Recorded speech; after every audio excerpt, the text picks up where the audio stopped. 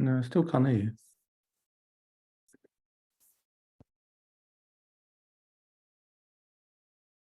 No, can't hear you. Oh, wait a minute. Right now? No? No? I take it you can hear me, right?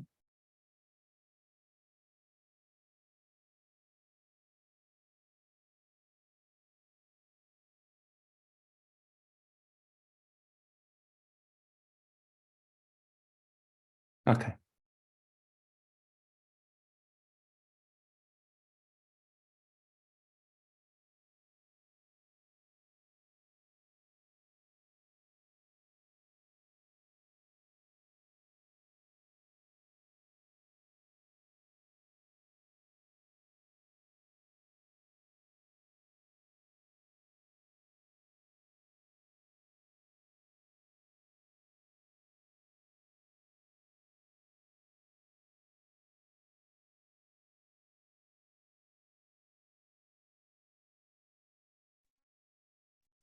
Hear me now? Loud and clear. Oh, great, great. All right, great. Oh, so your voice also is great. All right. All right. So yeah, hope you had a great weekend and a great vacation. I trust that you just got back, right? No, I've been back last week. Oh, last week. Oh, Hmm. on Friday. On Friday. Okay, okay, great. All right. So I guess would you like to share wins and some wins and gains, learnings your part? Yeah, I started I finished .com. Okay. Wow, wow, wow. Okay, that's which good. is interesting. Mm-hmm. There it is. All marked Okay, up. okay. Wow, congrats. That's definitely something. Yeah. Yeah. And then I started Anti-Fragile. Okay, okay. All right. That's really interesting. Okay. That when I looked at it to start with, I just I went like that and thumbed through the pages and thought, bloody hell, the print's really tiny and there's so many pages. It just looked like a really boring read. And I thought, oh my God, how am I going to manage this? And then I read the first, and the prologue's bloody enormous as well. Normally the prologue is maybe like 1 or 2 pages. This is like an entire chapter. And then but the first thing was like, I don't know, something like honor the wind or respect the wind or something like that. And it's this statement that the wind can extinguish a candle or energize a fire. Okay. Wow, that's a really good concept. I really like that. And that really resonated with me. So so I kind of got into it. And yeah, it's been an interesting read so far. Okay. I haven't finished the prologue yet, but yeah, it's an interesting read. So I was Okay. reading that this Wow. morning. Okay. I like. Nice. It's interesting as well because in the prologue he references Matt Ridley, who wrote the what was it, The Rational Optimist. Oh, okay, okay.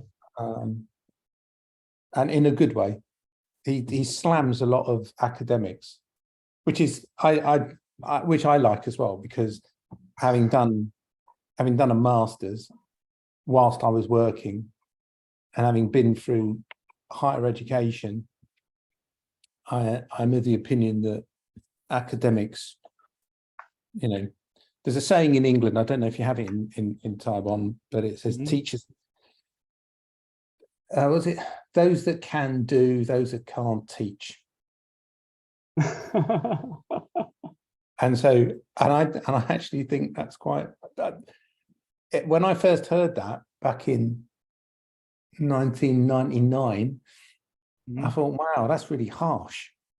Because you do need teachers, right? But it was said to me by a very hardcore salesman, and I just thought, oh, okay, but I kind of get it. I think there's a balance there, because you do need some level of education. Otherwise, people, otherwise I wouldn't do the things I'm doing. But at the same token, there's too much bureaucracy and I think what he does in the prologue is he identifies himself with action as opposed to kind of,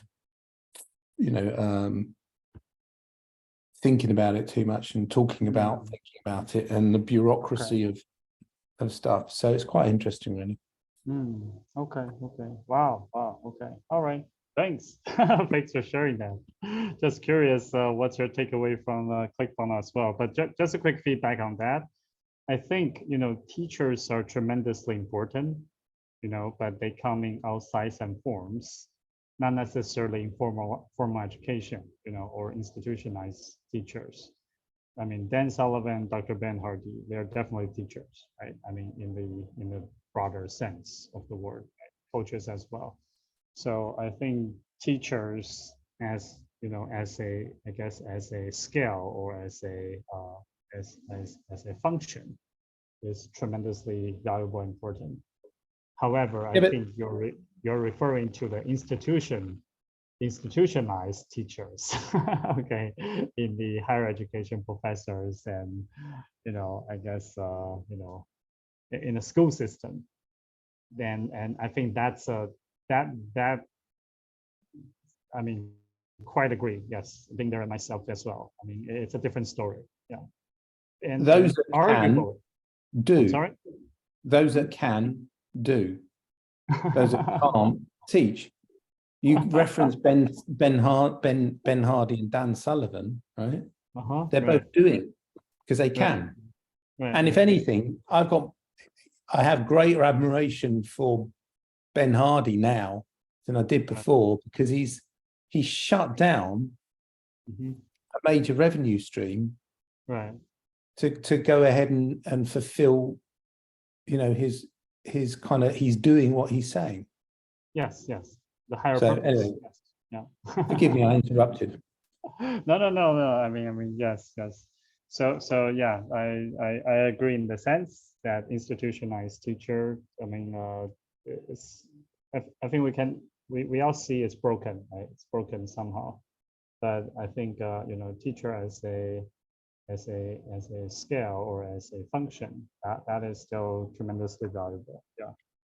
But it just means that you want to find your own teachers, right, in your own areas, and they may or may not show up as professional teachers. Yeah. So okay, so maybe I'll share some wins on that. All right, so quite a few. There's but I'll summarize, okay, to the learning part and I guess the experience part. So regarding the learning, okay, so I've been basically from Delio, okay, Delio, and also the 3 laws of performance. So just like to mention one thing from Delio's principle. He talks about he does what's called believability weighted decisions, okay, and he's heavily inclined towards, meaning that you should not have a general vote of decisions, but rather it should be weighted against the believability of the people who have said, and believability is defined as someone who has done it multiple times, preferably at least 3 times, and also understand the reason why they have done it, okay, successfully. So that's someone who's believable. So I mean, he gave an example where they had a sort of a decision point where they wanted to predict kind of where the European government will go, I guess, some bond decisions. And eventually they decided to go with the believability weighted point of view. There was a split between the company's views, the people, but they ended up the believability weighted was a higher probability one, to be correct. So I think that's kind of interesting, is that you want, and he also goes back to the teacher-student thing, is that someone who's more believable is usually in a teacher position, whereas someone who's less experienced, that should probably be a student role, okay? And basically the heuristic in general should be, the student should try to understand the teacher first. okay, before time is given to explore the student's perspective. Okay, it's not to say that someone without the experience, the student, or relatively inexperienced, doesn't have merits or doesn't have good points, but it's just that typically, the perspective of the teacher should be explored, understood first, before exploring the student's perspective, and that's also, in terms of the amount of time spent. So I think that's an interesting and probably also very practical heuristic, in terms of you don't want to necessarily, fully rely on experience. Sometimes the novice, the student, the outsider has good opinion as well. But in general, you do want to understand at least why the experienced people say or do it in a certain way, right? There's usually a good reason behind that. So that it's called the believability weighted decision making. So I found that's interesting and pragmatic. And then Three Laws of Performance talks about the default future concept. Okay, and this is something I think very interesting, that change is hard because we all have a default future in our brain. We actually plunge to it or fall back to the default future. So the way to change is to identify and change that default future first. So I think that relates to the future self, thinking dialogue as well. So that's the learning part. The experience part, this weekend, actually, there's an incident, okay, family one, that we originally planned for a camping trip for my son with his fellow classmates. But my wife backed up at the last minute, okay, basically saying that it's too much work and I wasn't participating, contributing enough, that just too much of a load for her. So she decided that our family wouldn't go. So that obviously on the surface looks like a loss, at least in terms of experience. I'm sure my son is somewhat disappointed, but she also didn't want to, she obviously saw his mom stressed out and didn't want to, he wanted to be helpful as well. So, it turned out all right. We did other things for the weekend.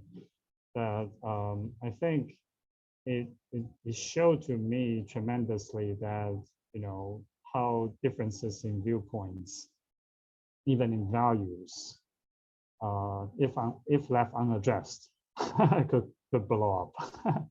Okay. So I think that's a lesson on my part. Yeah, just for example, like my car, after that accident, and right now it's being sold, so we don't have a replacement car yet. And I think for some reason, my wife, I think she was probably embarrassed that if we didn't go there by a car, or it was, by some other means. So she didn't want to just go there. That's my guess, but yeah, because I was like, we can borrow from your parents, or we can go by public transportation, things like that.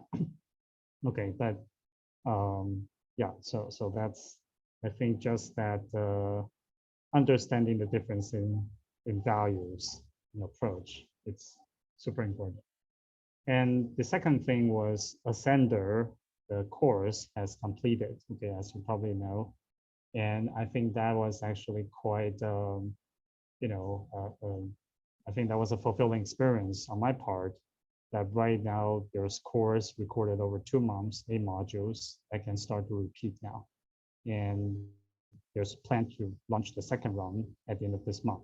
Okay, so that will be a lot less time on my part, but still, potentially having the same effect of helping people, or who want to get into the, I guess, the learning, the mindset, to have a way to go forward. Okay, and also in a peer group kind of fashion, and also the demo day. That's this. And thanks for thanks for willing to take 5 minutes to do a JCF presentation. So I think Yeah, it's going to take a lot longer than 5 minutes, though, isn't it, Shun? Yes. You're going to have to craft it. Right. So yeah, I think there was the saying from Woodrow Wilson that if he's going to prepare a 10-minute speech, it's going to be a couple of weeks. Something like that. Yeah, exactly. But right. But I think 80%. Okay, no worry. 80% done is fine. Okay. Oh, well, yeah, but your 80% and my 80% are two different metrics. Okay. And, All right. and that's So why those are. I'm concerned about what's the point in doing it. But I'll do it because I said I would. But Oh, okay. It's going to be a good pitch, I think. Regardless, yeah. I mean and I'm sure we will be having that pitch, for different parties as well. Especially that's something to discuss today. I mean, some of the, I guess, the partner costs that will, possibly having. All right, so I guess those are my wins, and yeah. So I guess any quick feedback on that? It's the only thing that's popped out in my from what you said was what your wife said, Right. and that's she was upset with your level of involvement. Right. That's right. Yes. So seems to me that's a bit of a common theme. Yes. Yes. I think you're right. Yes. Regardless of what you translate that to be in terms of values and yada yada yada, fundamentally, if more than one person is telling you that they're concerned about your level of involvement, that indicates, Right. a couple of different things. Mm-hmm. It might be that you've got too many things going on, Mm-hmm. Right. or you're not that bothered about the people that give you that comment. Okay. Mm-hmm. And if you regardless of how you interpret what's happened and what your son said to you, Mm-hmm. what he's been denied is a camping holiday Right. with That's his true. friends. Mm-hmm. Yes. So what does that mean to him? His parents have told him something that would happen. He's been looking forward to it because he's going to go out with his friends, and he's got some set of expectations, Mm-hmm. and that's been taken away from him. Right. Now, between you and your wife, you made a promise to your son, Mm-hmm. and you've denied him that. Right. Regardless of the reasons, Right. she's, this is equal responsibility. She might sit there and say that you've not participated, and therefore she doesn't want to turn up on a bus and a taxi because it's stupid. And that's not, she might be sitting there and saying to herself, I'm no longer 15 years old. I don't use public transport. We have, we're mature adults. We should be turning up in our own car. Mm-hmm. That gives her the freedom to sit there and go, well, actually, we need to go somewhere quickly. Mm-hmm. Right. So then again, it's, her responsibility is that she's made a promise to her son. So she should have backed out of it. Right? And even if that meant you hiring a car for the weekend, that's what you should have done. Right. Rather than borrowing. Right. I think that's kind of like that's what I hear anyway. If Okay. this is your personal life and you've decided to what's the word, expose that to me, and that's I'm just giving you that feedback because that's what I've heard.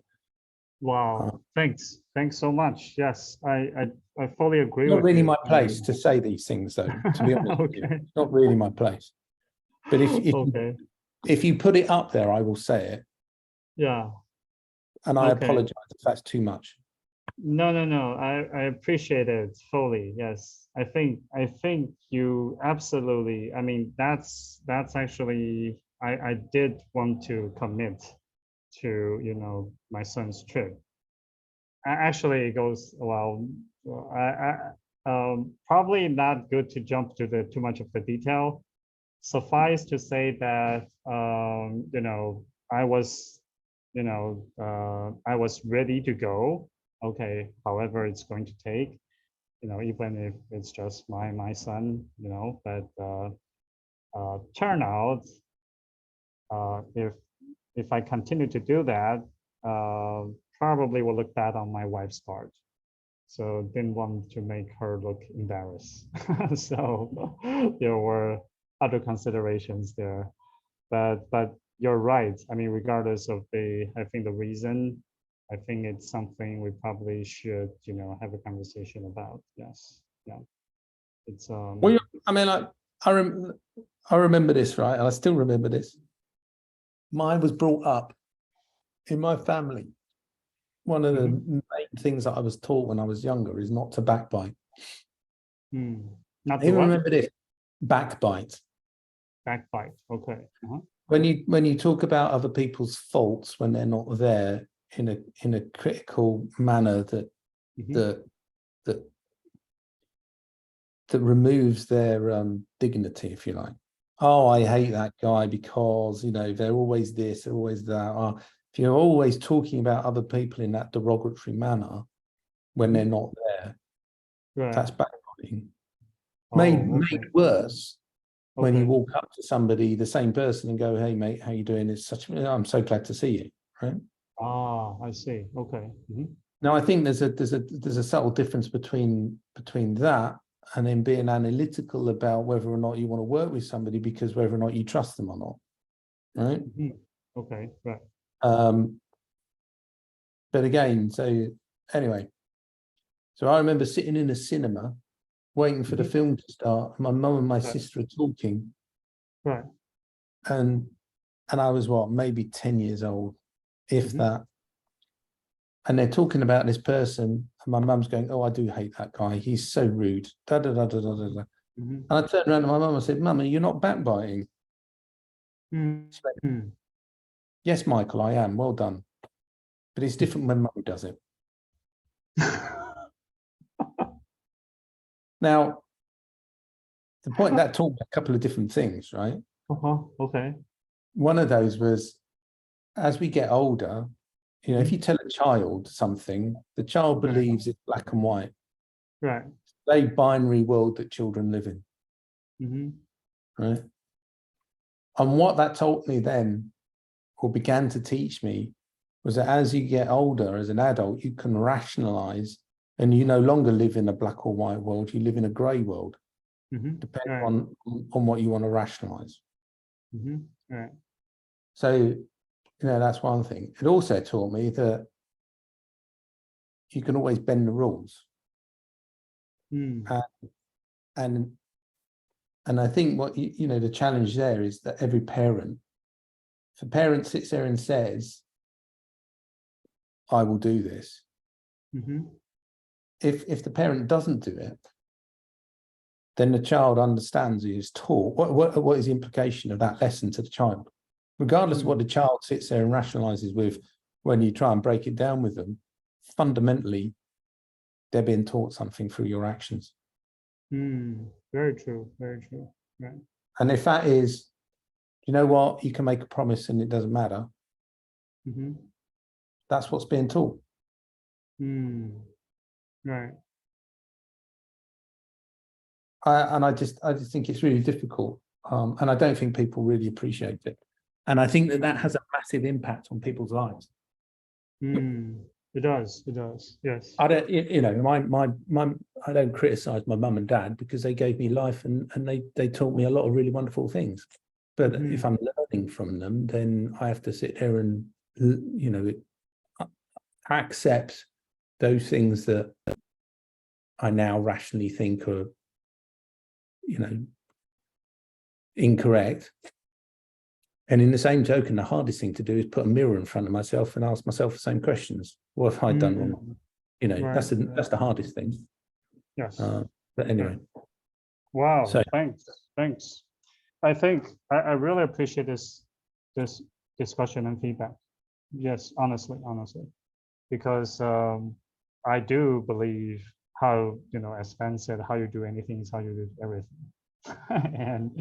and then I think I've learned enough to know, I think there's a deeper part to integrity, okay, which is, well, the gap between what you think, what you said, and what you do, right? Okay. And we all have gaps, I think. I mean, nobody's Yeah, perfect. for sure. Right? I mean, it's all different degrees, different levels, but I think the goal is always to thrive for more integrity, less gap, less difference between what we think, what we said, what we do. Yeah, and the more integral, the better life. I think the higher the integrity, also the higher the healthy deserve level, right? I think that's actually one thing I learned from healthy deserve level as well, which is it's not about any childhood abuse, bad experience. No, it's actually about essentially integrity. If you do what you said you were going to do, you will have a high HDL. Not, then no. So Yeah. yeah. So thanks for pointing that out and the feedback. Yeah. So yeah, I Anyway, think I definitely want to have a good reflection on my part. All right.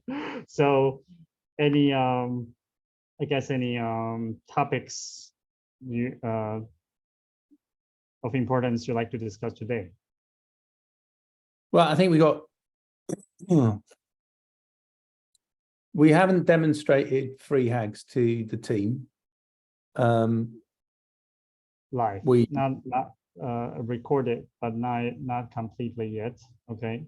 well, that recording for me, that was inaccurate, and that shouldn't be Okay. shown to anybody. Okay. All right. It wasn't a Because- modified version. Yeah.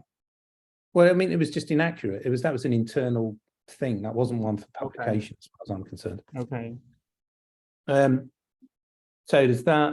Then there's ClickFunnels. There's what do you want this presentation on Thursday to be like, and also what happened to the dialogue between you and Josh. Oh, okay. All right. So the last one, I think that's easier to. Okay. So on my side, I'd like to discuss the onboarding call. Okay, with let's say some of the people we want to onboard this week, right?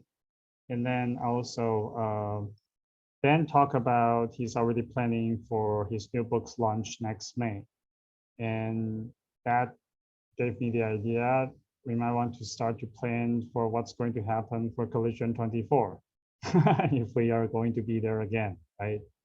I mean, that's another 11 months from now, but that should be a good exercise to sort of back. What about Web Summit? You mean Web Summit? So What you're about it? thinking about Web Summit this Well, November? I'm just asking the question. If we're saying Collision 24, what about Web Summit? What about Web Summit? Okay, so that wasn't on my agenda, frankly, before you ask. Okay, but definitely happy to discuss, if you're thinking about Web Summit. Yeah, okay. Okay. Web Summit will be closer. Also, Peter Gilmer will be at Web Summit. I actually had a 30-minute chat with him. Don't know who That's that is.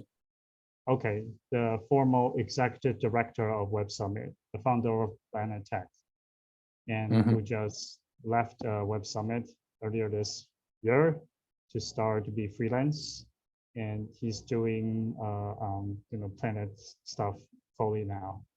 Okay, he's actually advisory for 3 organizations. He's planning to launch his own organization next March, and working towards biodiversity. So obviously an influencer, in the space. Yeah, Peter Gilmard, and just reconnected with him, last week, last Friday. So yeah. So okay, so that's to okay. So I think the Josh. Okay, so I think he has modified the user interface to show the NAV and all that. Right now, it's just one service to be plugged in to enable API calls, and that should make things, all functional now for investment and also withdrawal. Okay. Yeah, the other win, oh, I don't know if I mentioned this, but definitely in the Slack. The client withdrawal since March was done. Okay. Okay. So, and actually that was a good interaction, because I also asked about, the client's reason of withdrawal. And that was because, we hadn't been paying dividend since last April, but he's actually quite happy with the product, because I checked the ROI. It was something like $170 invested, and right now it's $333, in worth. So it's almost double in a, in a couple of years. So he's So why happy doesn't with he? that. So what does he do with his dividend? What does he do? Well, Hmm. he hasn't done anything since he originally invested about $170. Okay, so the dividend was just accumulating out until last April. Okay, when we were still paying dividend, and Okay. now so he's withdrawing because we haven't been paying dividend. But I also explained due to the crypto winter, etc., that the NAV has gone up 10% since this year. So he's actually interested to know when we will be, back operationally again. And basically, I can sense that he's still interested, to participate. And he took my advice to leave $10 with the account, so that he still has an qualify as 10. a 10. Yeah, that's the minimum. Yeah. What you should have said there, Shunyun, is Uh-huh. if he's going to, so he started with 117, did you say, or 170? 170, about 160, 70-ish. Okay. And 167,170, something like that. right. Okay. And his balance is 333 at the moment of the Right. withdrawal. Well, had you suggested that he remove his initial investment of 170? Oh, I didn't think of that. Right? He would be in. He would Okay. still be in profit. Right. And in fact, his return on investment then would be infinite. Right. That's a good point. Thanks. You should be in customer service. Yeah. Funny that, eh? All right. But now So if he's happy with the that, product, right? yes, he's actually happy. He's actually happy. Have you given him his money back? Yes, already, fully. Okay. Yeah. But I'm pretty sure, like he will be ready to jump right in, if we're offering something good. Yeah. I think the other thing then is that you sit there and go, well, okay, whilst we haven't paid any dividends, the return on investment is this. If you measure it across this, then that's an equivalent dividend of this, right? Right. Okay. So, just if it's 100%, right? if it's 100% increase in value Over 3 years. Oh, over 3 years. Yes. Okay. 100% in 3 years. So it's 30% a year, isn't it? Yes, about, yes. I mean, I would have sat there and said to him, first of all, just take out your initial seed capital and then you're 100% profit anyway. Okay. Second of all, if you're making 33% a year, where in the world will you make that? Okay. All right. And Where also safely. You didn't lose your money. Well, yeah, that's anything, right? Where can you make 33% a year? Right. And I think that's for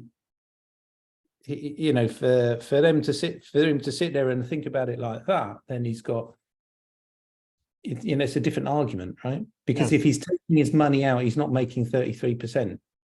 Right, right. Okay, I see your point. Yes, you're good. You're good. It's just logic, isn't it? It's not. I'm not an Okay. investment guru, am I? I'm just being logical about money. Okay. Okay. Well, that was the feedback from one person. Yes. But what about the feedback from everybody else? Okay. I haven't had, be able to engage. It's just a couple of the other guy who wanted to withdraw. I just offer, like these are the options, and hasn't heard a response yet. So yeah. Okay, so if you do the maths on his investment, then you could go back with the same comment, right? Yes, that's true. The thing is, though, Shunyun, if we're in a position where people are wanting to churn and we can prevent 50% of them from churning, well, then that's good. That's good. Yes, that is good. So people will have ultimately churn. That's fair enough. Right, That's right. they do that. Yeah. But it's about what can we offer them, and the thing is, they might sit there and go, yeah, well, I really need $200 or whatever the amount is. Right? Right. Well, okay. Well, if that's the money that if you really need the cash, or they might just go, well, I really need some cash in a moment. I need cash. Okay, great. Right. Is there a fundamental amount? Have you considered leaving it in there? Okay. What's the maximum money you can make on other investments per year? Okay. Well, if I'm in the bank, it's 5%. Okay, fine. Okay. Great. Mike, this just taught me that I'm probably not the who sitting at No, the you're customer not. service desk. I get that. You're not. But at the same The token, only you're the reason, only one that can. why I'm doing that is because I speak Chinese. Exactly. I get that. However, it is actually teaching something valuable to you personally, isn't it? It is. Thanks. I appreciate that. Yeah. And it is about Logic.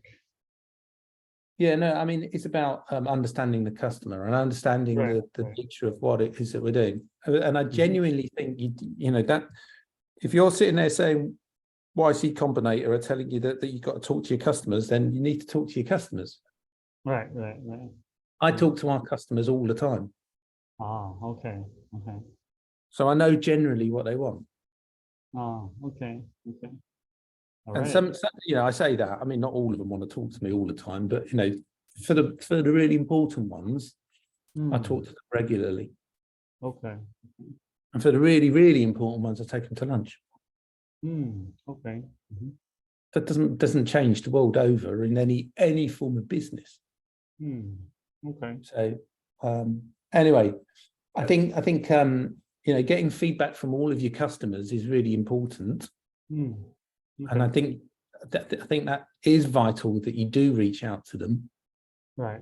Just ask them how they're going, because you would prevent if you ask them, how are you? If we asked this guy, right, 3 months ago, how are you? How are you doing? What is everything? How is everything? And he goes, well, I'm a bit annoyed that I'm not getting any dividends. Oh, right. Okay. Why is that annoying? Well, my money's just sitting there. It's doing nothing. I'm not making any money. Okay. But are you aware that? Have you thought about this? Okay. Oh, okay. Their argument is only their argument because they only see it from their perspective. If we're able to, especially if you're proactive and you're asking before they've made the decision, it's a different thing. Once somebody gets pissed off and they go, right, I'm out, I'm going, see you later. They've made a decision. It's very difficult to turn that ship around. Whereas if you're getting there before the fact that they're making that decision, and you're always, you've always got a chance to steer it in the right direction. Oh, okay. All right. Hey ho. Okay, that. Okay, that's feedback. Right. So what else? Onboarding call. Josh. I said about Josh because I wanted to know, did you make him an offer? Yes. I haven't heard the response yet. Well, so what was the offer? So the offer, okay. Well, in terms of the specific offer, okay, I think I mentioned about we can do at this point, okay, so as we discussed, it would be $15 per hour, okay, and basically, I'd say that would be 10 hours per week times 4 weeks. Well, or using your calculation, the 52-week thing. So that turned out to be, I think, about, okay, I think I want to do the calculation. So anyway, that was what I said. That's what we can do now. But I also mentioned that if he's willing to take, just maybe a portion of that as cash. So I think that turns out to be, let me do a quick calculation on this. It's $650 a month. $650 a month. Okay, okay. That's more than what we said. It was 520 when we talked about it, wasn't it? So you've increased the number of hours per week. Right. I made it 10 hours per week, 10 hours per week, as opposed to 8. I mean, up to 10 hours, up to 10 hours. Because that would be by the actual hours spent. So yeah, 650. You're right, 650. Yes. So I mean, 650. That would be actually the if it's 10 hours per week. Okay, if it's 10 hours per week. And basically, I mentioned if he's willing to take, let's say, 2/3 of that cash, okay, and 1/3 as tokens. What we can do is to offer him tokens that are backed by that's collateralized, okay, by the same amount, but with a face value of 33. Okay, so I mentioned about 50% in terms of the additional. So for example, if 650, that would be something like paying him, let's say 433 in cash and 216 in terms of tokens. But the token actually would be worth 325. Okay, so sorry, 1.5. So 1.5 of that. So meaning that when he gets the token and if he redeems that will be redeemed, just right for the $15 per hour. But let's say he's only taking $10 per hour, okay, for cash. So what happens is for the other $5, that will be tokenized, but he will actually be getting that at the face value of 5 times 1.5, $7.5, okay, in terms of the tokens valuation. So if he redeems that, obviously he only gets $5 at the moment. But the plan is we will put more money, collateral, to that, so that it actually becomes $7.5 in valuation, and even more over time. So that's kind of the idea. And I'm not sure if I didn't quite specify like how we will do that. That could be done either through revenue or additional investments. If we do get investments, we could put some into the token valuation more. But I just mentioned that we will pump that to the 7 point, from he will be getting at the face value of 7.5 per token. Okay, that will be kind of the value of the tokens. Okay, but he can't if he takes the tokens, he can't cash it in for a certain period of time anyway. Right. Exactly. And he hasn't responded. I haven't had a chance to discuss this. Okay, that will be probably today. Okay, because we will chat in about 40 minutes. Okay, also regarding the current status. Okay. So yeah, right. So I guess that's the update. That's the update on the discussions there. Okay. All right.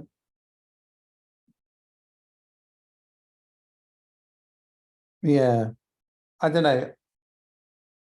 So when you proposed it to him, what did you say to him? Did you go, here's the deal, let me know how you're gonna what you think, or did you say, here's the offer, let's talk about it next week? What was how did you present that? Okay, I asked him to think about this, and we can discuss in our next meeting, which is today. Right. Okay. Yeah. Okay. Okay, fine. All right. Okay, cool. Well, that last week, it was Sunny was also there. That's Friday, so we didn't have a chance to discuss this over. Yeah, it was more about figuring out some of the nonsense, the technical aspects regarding the effect of the withdrawal. Okay, because that was on the old system, so there's again some data that has to be migrated to the new system to reflect the withdrawal change. Yeah. Something that has to be done manually. Okay. All righty. So we got onboarding, Collision Web Summit, ClickFunnels, Free Hag, Thursday presentation, funding video.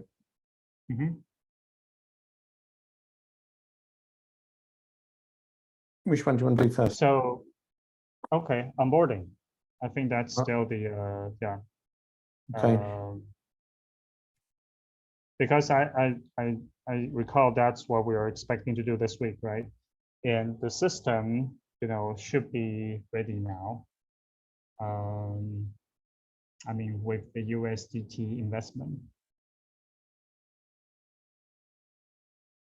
Okay. And if they don't have USDT? Then we'll have to find some ways to get them converted. Or,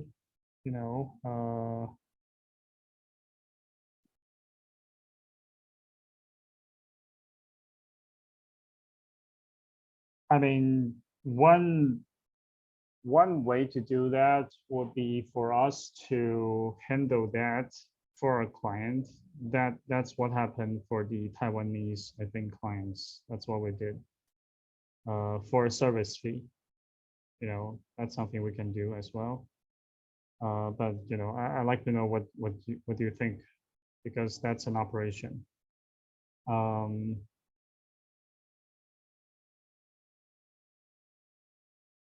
But definitely opening up the account, finishing the KYC, that is something we can still walk the client through, right? Creating an account and passing through the KYC process. What about this thing about the thing that Chris had an issue with? Same as what I had an issue with. Okay, I guess we'll have to just walk through that, and see if that gets resolved now, because that's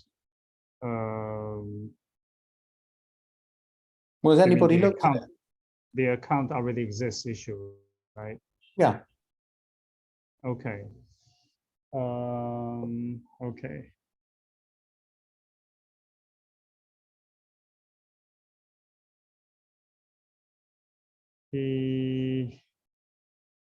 Okay. I think that's probably something we might want to do. When Josh comes on board, and just check directly if that's something. Because we want to have a way to reproduce, the issue as well.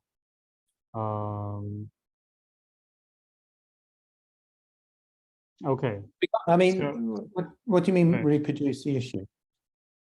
Okay, so basically, I think we want the developer be able to show on their system that this issue does exist, does happen, and and what are the steps that can that we can do to actually to make it happen. So this is something. Yeah, because I think for the accounts that they at their hand, I think the short answer is this is probably hasn't been looked at.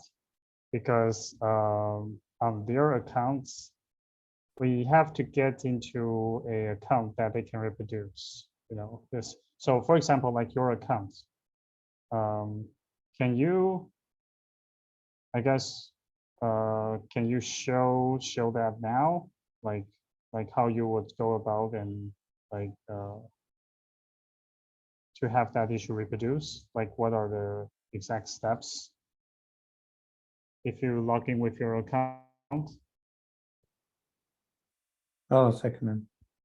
Okay. And also, we do have the previous system and also the new system.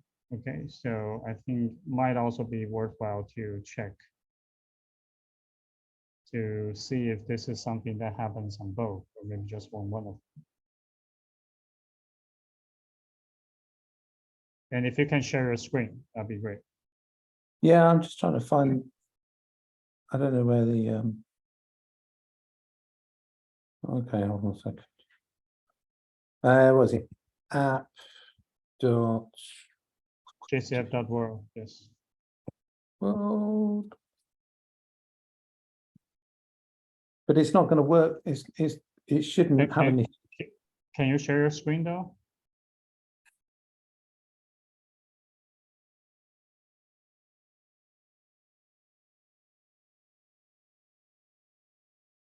All right, okay, good.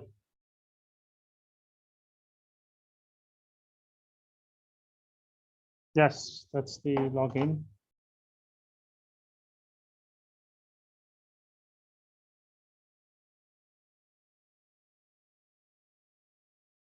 Oh, hold on a sec.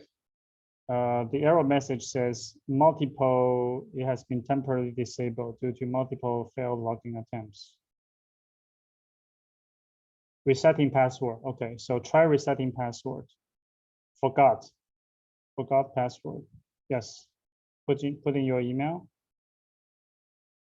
and then check your email to resetting the password.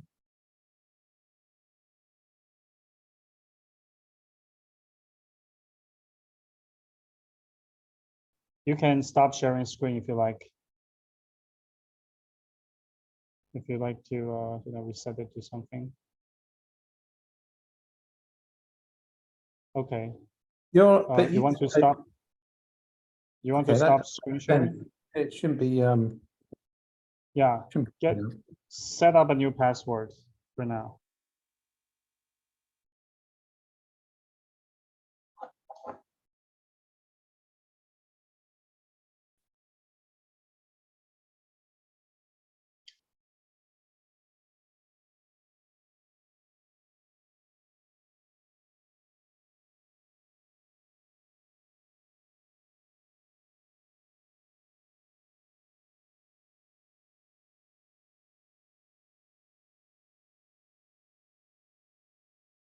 So on this then.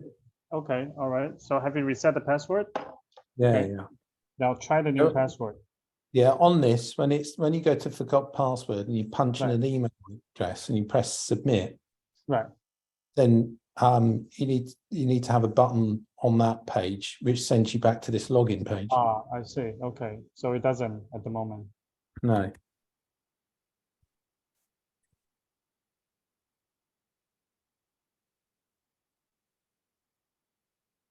All right, you want to type the new password. Yeah, I'm doing that. And remember me, you can click that. All right, great. Done all of this though. So I don't want to do this again. okay, so all right, so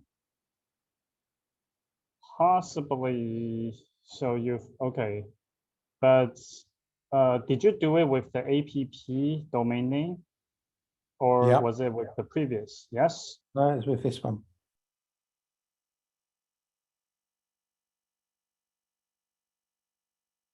Okay, so well, let me check if it's if your data is still there. Well, why would it not be there? Why what? Why would it have gone? If I've already done it, why would it be gone? It's possible that when the email is reset. Now, I don't know the answer to this. Just possible that when the email is reset, you also reset your KYC status. Well, that's no good, is it? No. Okay, so right now I'm looking at all the KYC info, and I do see a Mike Ainsworth already verified. Okay, you are one that's already verified, but what I'm not sure is if this is the same email, or were you using a different email for this? Same email. It's the same email? Yeah. Okay, so from what I can see, you are already verified. So, all right, that's a potential issue. Can you maybe just submit again for the KYC? Hmm. So I can see on the back end, like what happens. Legal name. And let me just to make it a bit more discerning. On the KYC you currently submit is your full name, Mike Fides Ainsworth. So maybe with this one, you just submit with Mike Q, for example. Okay. Yeah, so that we can actually see if, you know, it shows up as two separate records. Where's England? It should be United Kingdom, I think. Well, why is it not next United States? Hmm. Oh, this is what happened last time. They're not even in alphabetical order, are they? Right. I think you mentioned that, yeah. Yeah. All right, that's a user interface issue.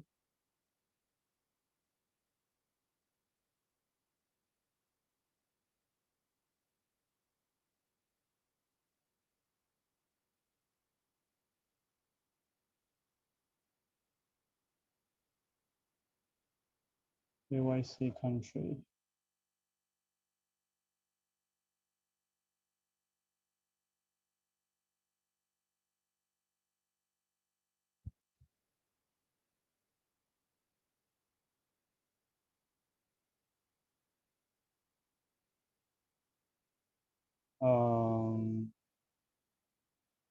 Not on the list. Is there a rule? I'm just wondering. It's not alphabetical order, but what is it ordered? Is it ordered by the country code? Country code? What sort of country code? What telephone country code? Telephone country code, yes. Well, it doesn't matter. If you put in here United, I mean, like, you want everything to be as much the same as possible. So when people do any form of registration, once they start typing the name of their country, it automatically goes to the nearest letter, right? Right, true. So I know that if I type in United, invariably, United States is at the top because most programs are done in the US. And therefore the next United is United Arab Emirates. Right. And the one underneath that is United Kingdom. Yes. It's a mystery to me as well. I mean, why the ordering? Bollocks.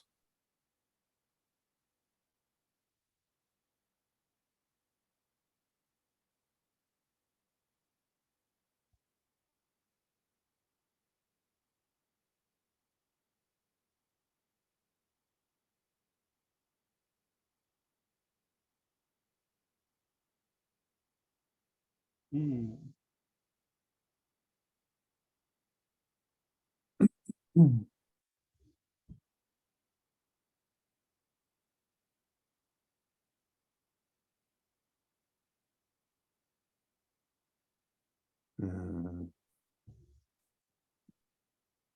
I might only have a copy of my old passport. Okay, it's fine. I mean, just upload whichever you have. It's out of date. Is that what? If it's out of date, what's the point? Oh, okay.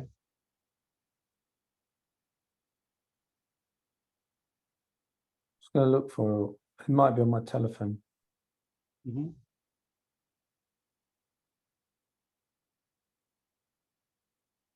Well, we did it at Collision. Right.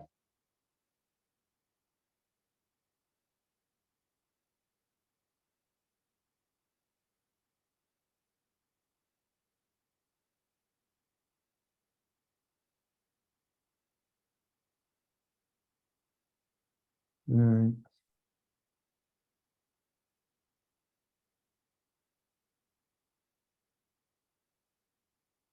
No. Okay. That's weird. We did this at Collision, and I don't have a copy of my passport on my phone. That's very strange.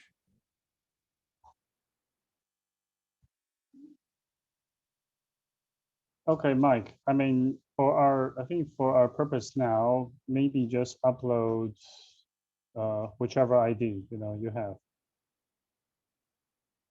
because I think that the thing is we want to make sure KYC registration, KYC actually works, right? I mean, in terms of the review. And right now, the curiosity we want to find out is what happens to your previous KYC registration.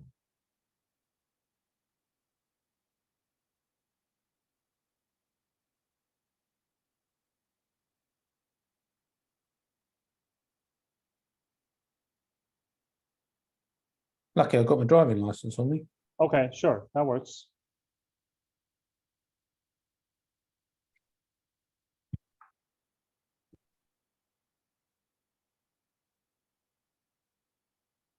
Driver license would be one of the personal IDs. Yeah.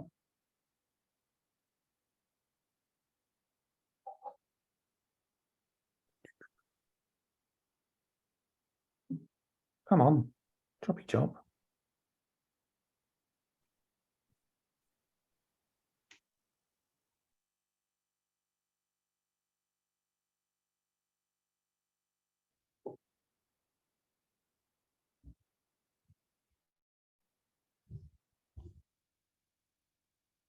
Hold on.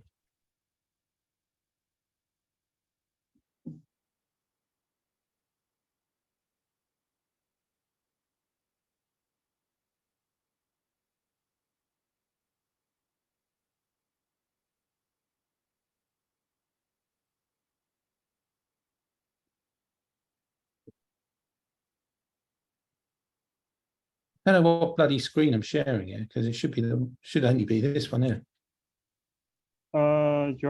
You're not okay. You're sharing screen now. Submit. I have done. Did it work? Has been submit sent. again. I've done it says, twice. oh, okay. Then yeah, that should be fine. That should be fine. Yeah, please just you can leave this page now. Leave now. it. Where do I go? Okay, let me check the KYC page on the admin backend. So I see another submission. Okay, with your, and it's not yet verified. So definitely, I think I'll check with. Apparently, what happens is the previous KYC apparently is not under the same account, because otherwise they should appear. Okay, so let me just pass your KYC on the back end. So right now you should be verified. The Michael Q is for KYC. Now go back to your, account and reload. It should give you a different view now. The KYC should be passed now. Go check if. Yeah, but I mean, you're telling me this, but how would I know this as a user? Okay, so it's a UI issue. It should jump back to the page after. Yeah, that's also another. After KYC, you should jump back to the main page.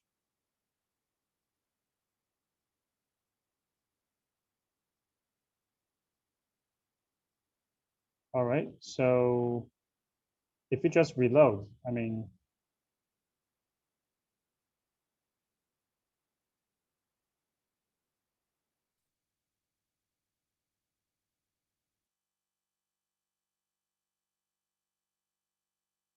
Okay, so we got these things. I've already had Yes. these. Okay, so invest. You can go to the invest page now. And that is your funding address. Okay. Oh, so you okay. can, Oh, yeah. good. You've done that. Oh, that's good. Yes. So these are the new fields. You see the balance, the NAV, right? And also Okay. how much balance and the current circulating supply and the fund value. Right. Okay, great. So from a user perspective, this many decimal points on that one, and definitely on that one, that just is very confusing. The fund value should not have that many points, definitely, because it's US dollar. I mean, just so, okay, so 2 decimal points is good enough. Likewise, all of this stuff here, you can surely, we can maybe for the balance, you can go into a bit more detail, but the NAV, maybe, just have it at, I mean, what do you see on a typical trading platform? Is it? I think for the NAV, it's okay to have a few more decimals. Yeah, because it is going to be calculating to the because we allow fractional balance and fractional holdings. So I think for the NAV, that should be fine. Okay. Yeah, and wealth right now is being blocked. Okay, so nothing's being shown for wealth. Yeah. Okay.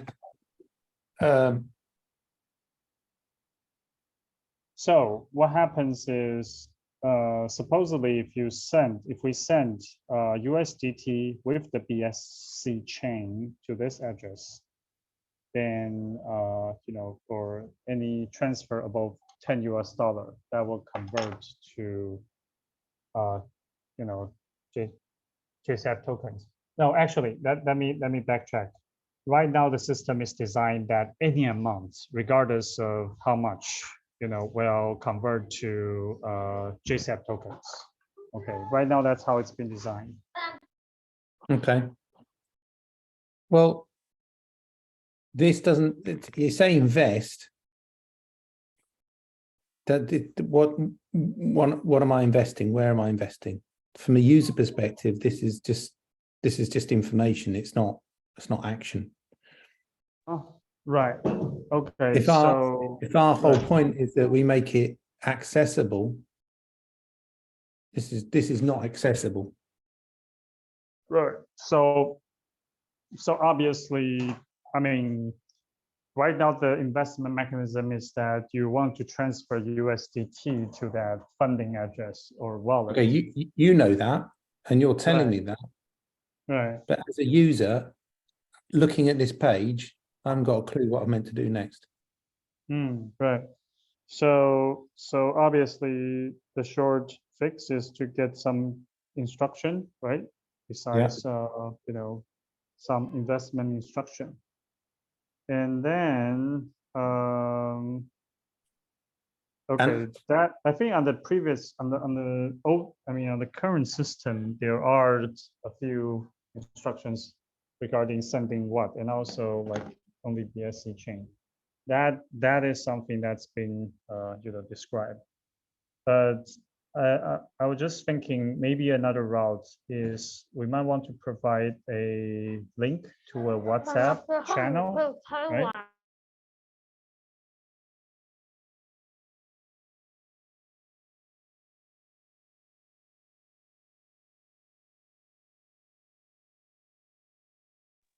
Hello? Yep. Yeah. Okay. So sorry, I was saying that the other idea might be to send it to a WhatsApp channel that can be linked here. That's, for example, like talk to customer service, something like that. What do you think? Yeah, but okay. So if you're gonna do that, then is that 24/7, or is it only is it 11 till 12 Taiwan time? Or Okay. 11 till Well, 4 Taiwan time, right? right. So And which is fine, but so if I when I click on the word invest, that says to me I'm ready to invest. I would anticipate there that there might be some mechanism where I can take, if I wanted to take $100 and put $100 in, then there's a platform for me to do that. right. Because if you're telling me now, okay. all right, Mike, you've got to take this long alphanumeric number, and you've got to remember that, cut and paste, go to your Binance, blockchain.com, CoinPass, whatever, and pay using a particular token to this account for that amount, you're taking people away from the platform. Right.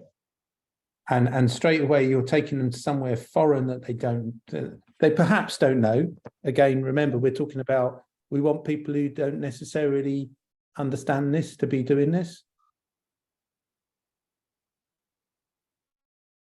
If our whole point is that we want people that have yes.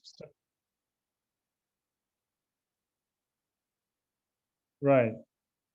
So I mean, I think right now, other than a customer channel, okay, it would be if, okay, or unless we can integrate something that's a sending fiat to a virtual account, and that does the automatic translation, from that to some kind of crypto, whether Bitcoin, BNB, USDT, and then and then send it to our wallet.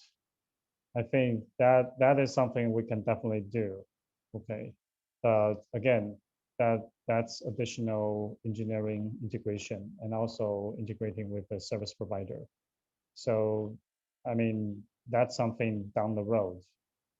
But for now, I think we might have to hand on board a few users that's currently interested. Well, okay, so how would we do that? Okay, so yeah, as I said, if they already have a wallet, let's say, okay, I don't have a wallet. How would I do it if I don't have a wallet?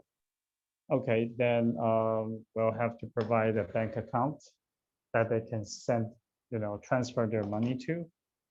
And then we'll basically do everything by hand from that point on, and then screenshot along the way the conversion from the let's say whatever they have sent in.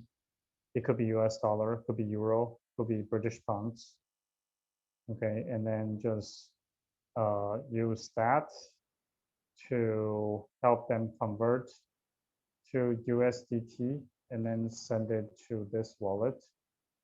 Okay, that would be a customer server, I mean, a customer service representative's task, to do all that process, and charging a bit of service fee along the way. I think that's what we can offer. Okay, none of that is explicit on this page. No, no, no. And So, I, yeah, again, the thing is, it's not. Whilst you might say technically it works, this is a long way from. If we to sit there and say anybody that's even Eldon, right? What if Eldon sits there and goes, oh well, I understand what to do. So I know, right, that I'll go to. Let's see. If I open this up now, right? Where's my crypto? Right, and I go into Binance. I'm logging into Binance now. Oh yeah, if you have a Binance account. Yeah. I do. Okay, okay. And if you have any USDT? No, I don't.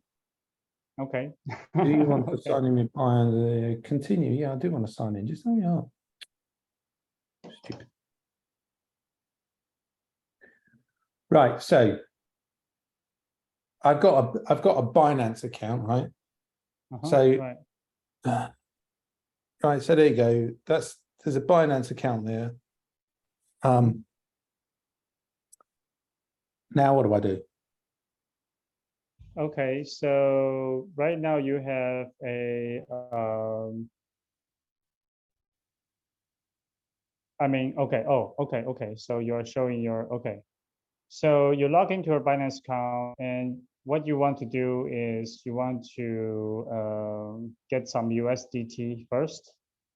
Okay, so do you have any USDT balance on your Binance account at the point? No. At the moment? Okay, No. then you want to do a trade. I mean, do you have balance of any other crypto or any other currencies? Yeah, I've got Bitcoin. Okay, okay. So you can convert, maybe. Oh no, I don't want to do that. Okay. Challenge I now have, right, is Yeah. I don't know if I can. They made a change in May to any new transactions going into Binance from the UK. And I'm not sure if I can move any.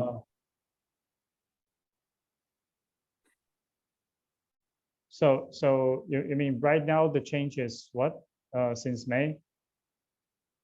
I don't know if I can move fiat from the UK into Binance. Oh, okay, okay, all right.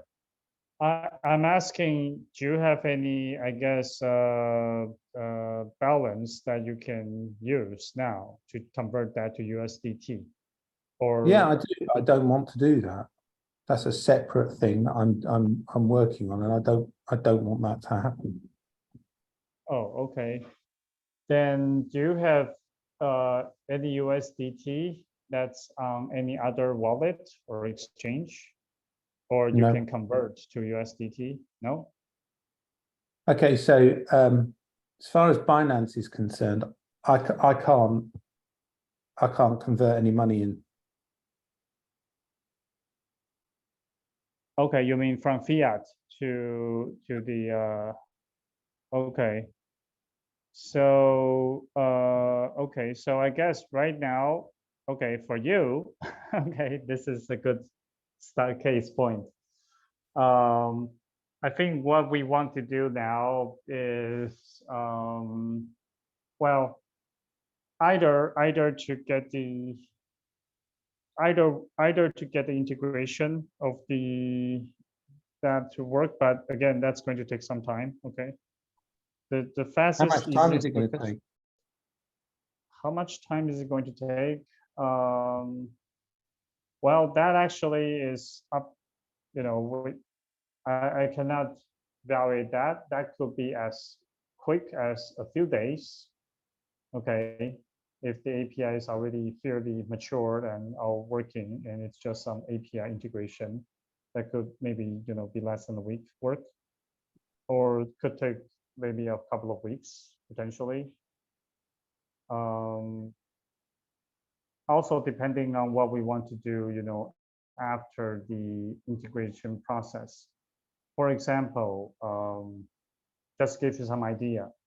After let's say that service, that it's already functional, and people just have to transfer some fiat to an account, to a virtual account, and that gets translated to crypto automatically. Okay, that's say if all that's in place. There's still the part, okay, where we will want to transfer the crypto in USDT form onto this address you're seeing now. Okay, now that's a transfer. I'm not sure whether that can be done automatically or it still requires some manual process. Okay, now ideally that can be done with, automatically with some API calls, and so that the whole process will be kind of streamlined in the sense that once you send your fiat to an account provided specifically for you, then that gets converted, at different stages, all the way till it's JCF tokens that you can see on your page right here. Does that make sense? Sort of. Is a very long-winded explanation. I think if I'm having challenges, right, this is just not going to work as it is right now. It's certainly not scalable. Right. And the challenge that you've now got. Okay, so you and I sync at 9 o'clock on a Monday. Right. And then you're going to say, okay, we're going to go to Eldon, Chris, Aaron, or Adam, or whatever his name was, Pratibha. We've got Australia, Canada, or 3 in Canada. Right. And you want to have a conversation where each one of them, and I know Pratibha, she's worse than I am. Okay. Right? All right. Eldon. She's in UK? Is she in UK? No, she's in Australia. Australia. So, okay. Eldon, Chris, who's already investing in crypto, has had problems with this site. Eldon that probably hasn't tried it yet. And this other guy, you started doing it, but you had to tell him to hold back. If these guys who are practiced in using these kind of platforms start going on there and start having this sort of user interface issue, you're gonna, well, it's going to be frustrating, because it's frustrating for me and I want to invest. And to be honest, I've not come back. Look at me, right? I'm working on this. I tried this a year ago. Right. Had these issues and couldn't be bothered to deal with it and never went back. Been working on the back end of stuff. And then a year later, I try and get on and I've had the same issues. Right. Okay. So that's not, the fixes aren't being applied or done. No. So Mike, I guess let me ask you this though. What is the expected ideal experience that you'd like to see though?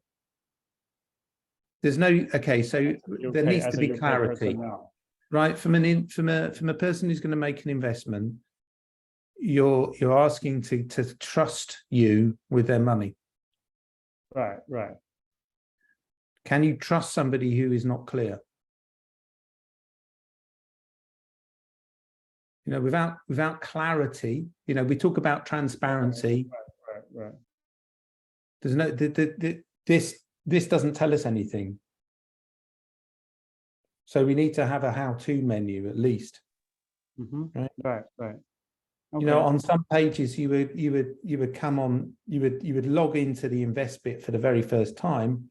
Right. And there'd be a little message pop up saying, well done. Now click on this button here, and it would highlight the button that you need to click on. So you go and click on that button. Great. How much do you want to invest? Be a little drop-down menu and you choose $10. Great. Click on the $10 mark. Do you have, then there's an explanation, right? That you need to go to your crypto, you know, then it might be that you'll have do you have a crypto wallet or do you have fiat? Right. It takes you down a path, right? Right. So you're talking about the guided approach, right? The guided approach. Whatever you want to call it. Right. But then you see, because this tells me absolutely nothing other than I've got a lot of long and very confusing numbers, especially the fund value. Right. And so I think, and this funding address, I say wealth coming soon, but I just get rid of that. That's just what's wealth then? Okay.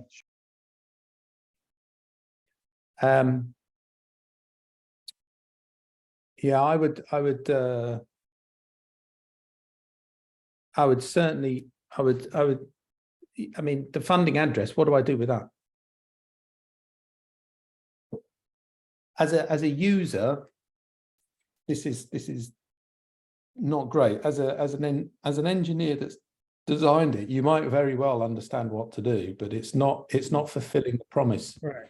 We've Okay. made. So Mike, let me ask I think to me a discerning question, which is, are you expecting to invest without touching any crypto at this stage? I think say you have to. You don't want to convert or even know about how to convert things to USDT, or you think at this stage we want no, to... our conversations so far have been that there are people that do not understand crypto. That's part of your safety and accessibility. Right, exactly. Argument, yes. So if you're going to say to people, we've got accessibility, you don't need to be a computer genius to do this. Right. Then my perception is I do not have to have a crypto wallet to do this. Okay. All right. My next question is, so I think for that matter, we probably want to set up a fiat transfer mechanism. Okay.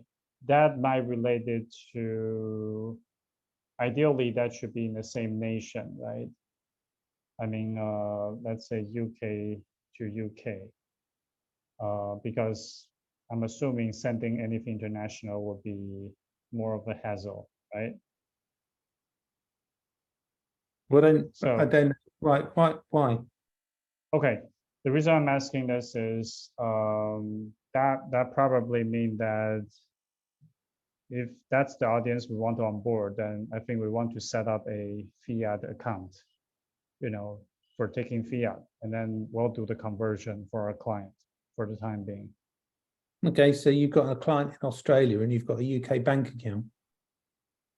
Still right, international, isn't it? Exactly. So I guess what I'm saying is that means right now we can possibly only work with certain geography. I think that would be the... Well, no, what about these people we met at Collision? The guys opposite us. Yes. So, I mean, that's the service. That's the service we want to, Why are we not talking to them then? Okay. So we will. Okay. Okay. That should be, yeah. Well, did we speak to, I mean, we spoke about this last week, right? Right, that's right. Right. Not waiting for it. It's just that the wealth system, there's still technical, I mean, the withdrawal, that has taken precedence over, well, it's a conversation we have to have with them, right? You and I have to have a conversation with these people to see whether or not it's something that they can deliver, right? Right. True. Yes. So which has got nothing to do with the system working or not. Indeed, they might sit there and go, yeah, it's a great idea. We'd love to work with you. And this is how much it's going to cost. And this is what we're going to do. And we'll go, yeah, it's fantastic. That's brilliant. What's the next step? Oh, we just need to do the APIs. Blah, blah, blah. Right.